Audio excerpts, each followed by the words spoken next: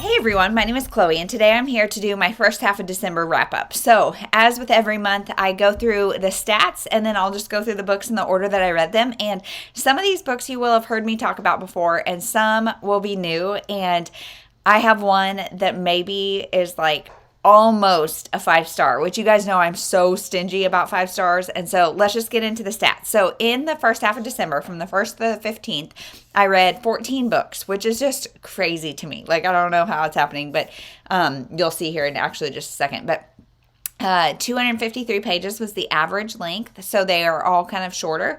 I read 3,547 pages, which is 236 pages per day, which is almost exactly what the end of November was. So that just shows that, like, you can't always look at the number of books, because I think the number of books was less it was maybe 10 or something. So it just shows that you kind of have to look at multiple things to compare your reading if you care about that. But I read 8 novels, 4 chapter books, and 2 novellas.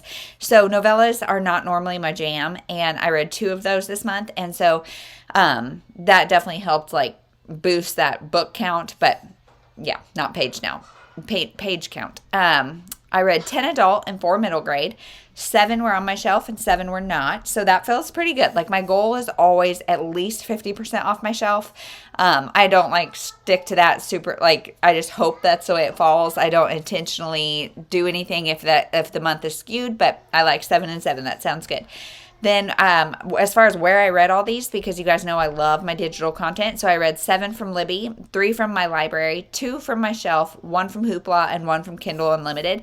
And I love months like this where I have used, like, so many different platforms, because I think I've said it before, but my mom and I share Kindle Unlimited, but the Libby and Hoopla are such great resources from our library, and I love supporting them because I know, like, it increases the amount of use, more funding, maybe more support. And, like, Hoopla is one that not every library has, at least in this area, and so I'm really grateful for it and want to continue to use it as much as possible. I read 7 audiobooks, 5 physical, and 2 ebooks, so that's kind of 9 of them were digital and 5 were not. 4 new releases and 10 backlists, which that is always all over the board. I normally read more backlists, so that makes sense to me. Then as far as genre goes, you guys, this is why you either love or don't like this channel, because I read 4 romance, 3 contemporary, 2 mystery thriller, 1 Christian fiction, 1 classic, 1 dystopian, 1 historical, and 1 women's fiction. So moral of the story, all over the board. And I love doing that. And I know some of you read similarly, but that also is just kind of like hard to track. What am I doing? I don't know. Then as far as star rating goes, you guys, it was kind of a rough first half of the month for me. It was 3.36, and I'm guessing most of the reason for that is the high amount of romance. It was the most. I read 4 of them. And the novellas, I just have not been gravitating toward romance. I always struggle with novellas. So, I read 1 2-star, 2 2.5 stars, 5 3 stars, 2 3.5 stars, 1 4-star, 2 4.5, so that's great, and 1 5-star. So, average 3.36, a little less than stellar month, but let's get into the books now. So, first I read Mrs. Piggle Wiggle, which is, I think, what I called the classic, and it is a classic kids book that I loved as a kid. It's a whole series, and they're written long time ago, like way before I was a kid even, so I read it with my daughter, and it was fun. It is all about Mrs. Pickle Wiggle is this kind of eccentric lady that lives in this neighborhood, and she's like a kid whisperer. She has cures for all kid ailments and things like the quarrelers and just different things that we like really struggle with as kids, tattling, fighting, not wanting to bathe, like all those different things. And she has different cures. So it's all these parents coming to her and asking for this cure. And I loved it. I still love it. I love reading it with my daughter. Because then we talked about like what would happen if we did that Mrs. Piggle Wiggle cure, because some of them are so silly. And so I know there's a whole series. I think I've only read a couple of them as a kid. So if she wants to, I would love to continue reading that. 4.5 stars. There are definitely some things that show its time as far as when it was written, because there are some comments and things that reflect just cultural values at that time that do not reflect cultural values at this time. So that's why it wasn't quite a 5-star, because it definitely has some things that could be offensive, and you just definitely need to take as like a product of its time. And it would be kind of cool if they updated it, but I don't know. I mean, you don't want to mess with the classic. So I don't know. That's my thoughts on that. Then I read Boy Meets Girl and Every Boy's Got One by Meg Cabot. These are number 2 and 3 in her boy series, and I read the first one and really enjoyed it as like women's fiction, chick lit, whatever kind of books.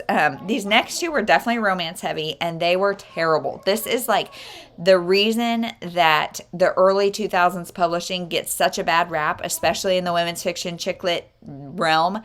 These books are it. Like, I'm talking about them cumulatively because I can't even remember like details of the storyline. The series is about people who work at this like New York Journal, different people within the company. So you can read them independently. I had number 1 and 3 on my shelf, so I read 1, 2, and 3. And I regret it fully. I gave number 2 2 stars, and number 3 3 star or 2.5 stars.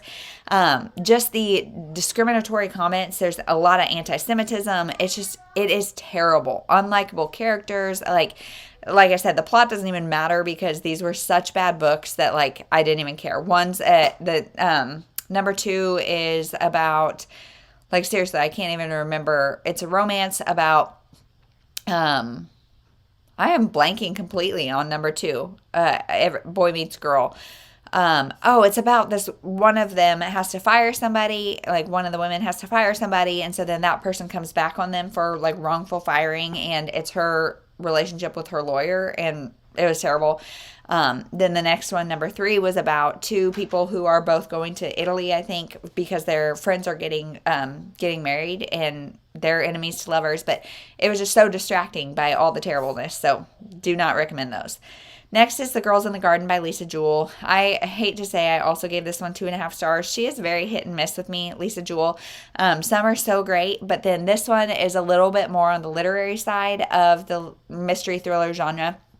And this is about a bunch of kids who live in a suburban area urban area where there's like a garden kind of thing between them, and just all the trouble that they get into, honestly. And one of them gets in trouble. There's some sexual assault going on. There's a lot going on, and I just did not care for this book at all. 2.5 stars. Next is The Christmas Box by Richard Paul Evans.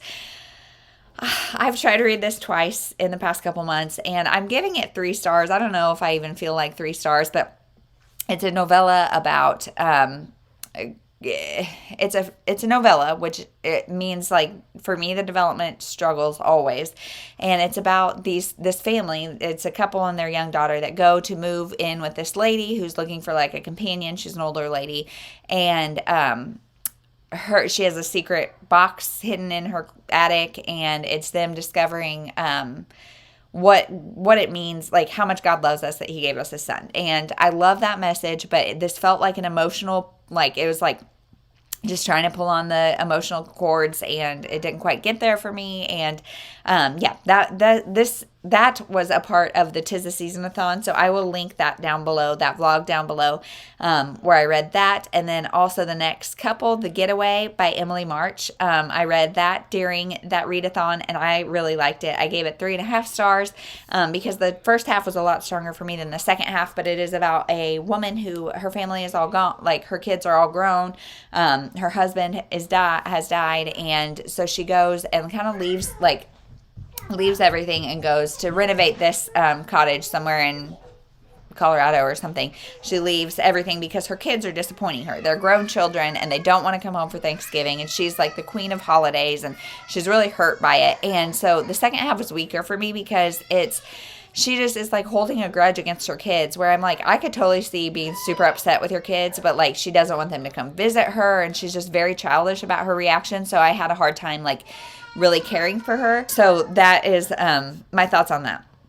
For more, you can always go to that vlog. Also, It Happened One Christmas Eve by Jenn McKinlay. This was another 3-star novella, romance novella. It's number 3 in a series, and I don't think you have to read them in order, but I definitely think it would have like been better if I had read any of the other ones, because this is about a woman who, she runs this museum, but it's mostly funded by her parents, and her parents say, hey, you got to get married or else we lose your funding. And so she goes to get engaged to this guy who's perfect on paper, and she's just not into it. And so she, like, at the proposal, she runs away with Santa, and it's just a cute little thing. Next is How the Grinch Stole Christmas. So this is a novelization of the Jim Carrey movie, and so there's pictures in it. My daughter loves it, and we have read it like every year because she just loves it, and she, like, it's mostly just words, but then there are pictures of like the movie throughout, and so we love that. Have read it every year. I didn't love it quite as much. I gave it 3 stars, but that is my favorite version of the Grinch, so that may be controversial, but also the book got, we call it nannerfied, because my second is Annie, and she is just a bull in a china shop sometimes, and so the book got nannerfied, so we may need to get a different copy or figure out how to fix it, because she just did her thing. So that one may be not happening anymore. Next is The Holidates by Brittainy Cherry. So I gave this one 3.5 stars. Loved it.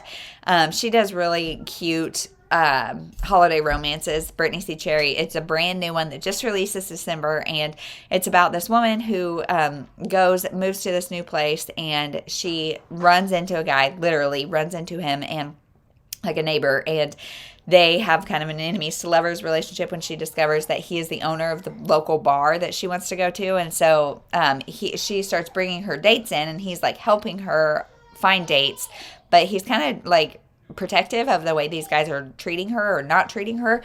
And then she needs to go home for Christmas, and so she needs a fake date, and so he goes, and it's their relationship. I thought it was really cute.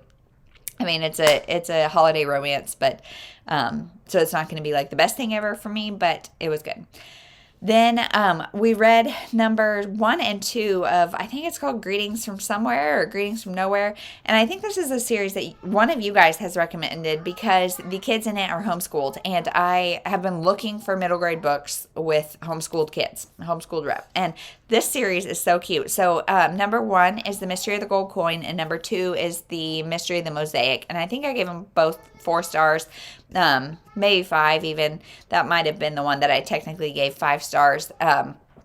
And they're by Harper, and it's about this mom and dad and their 2 kids, Ella and Ethan, and the mom is a journalist, like a travel writer, basically. And so in the first book, they tell the kids, like, hey, we are going to leave our home and go travel the world for a year or whatever.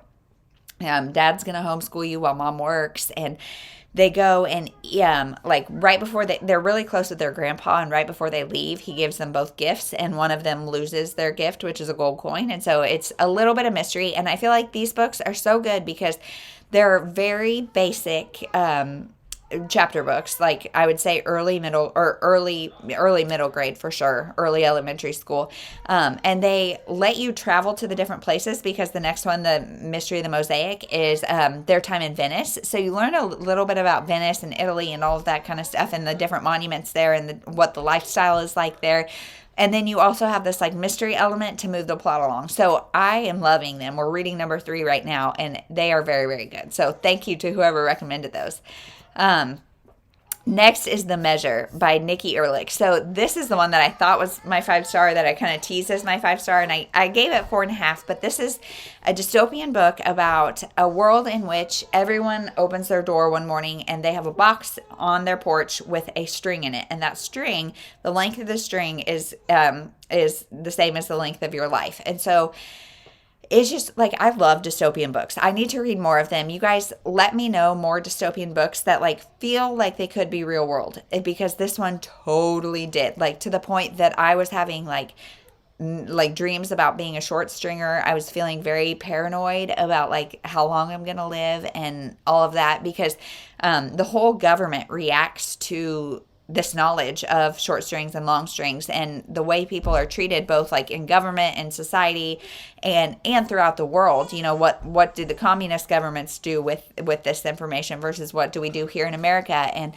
I just thought it was fascinating, and thinking about the discrimination that comes, and it was just, and like, what would you do if you knew the time of your life? And you don't have to open your box. So would you open your box or not? And like, just thinking about all those things was so good. And I had really high expectations for this book, and that almost always makes me not like something. But this one definitely lived up to the hype. I would definitely recommend it. And then the last one I read was The Dead Ex by Jane Corry. So this one I would give 3 stars probably. It was okay. It started off strong. So it follows mainly 3 women, and one of them is an aromatherapist who has epilepsy and so like memory issues. And so the cops come to her and say, hey, your ex-husband's missing. What do you know? And she can't really vouch for herself because she can't remember. Unreliable narrator. You guys know I kind of have a problem with those. And then we also get a woman and her daughter. The woman has a lot of drug issues and is in and out of jail, and her little girl's like 8 and she's bouncing around the foster system, so there's a lot going on with that. And then of course the ex-husband's current wife is kind of a passive character. She goes missing as well. So there's all those storylines going on. The way they converged was fine, but just kind of meh, and like it didn't live up to like what I expected from it, especially from the first half. So 3 stars on that. So that is everything I read in the first half of December. Again, I can never tell what you guys can hear, but Etta just woke up and so she is crying. So perfect timing to go feed her. And I hope you guys are having a wonderful day, night, whenever you're watching this. And thank you so much for watching. We'll see you in the next one.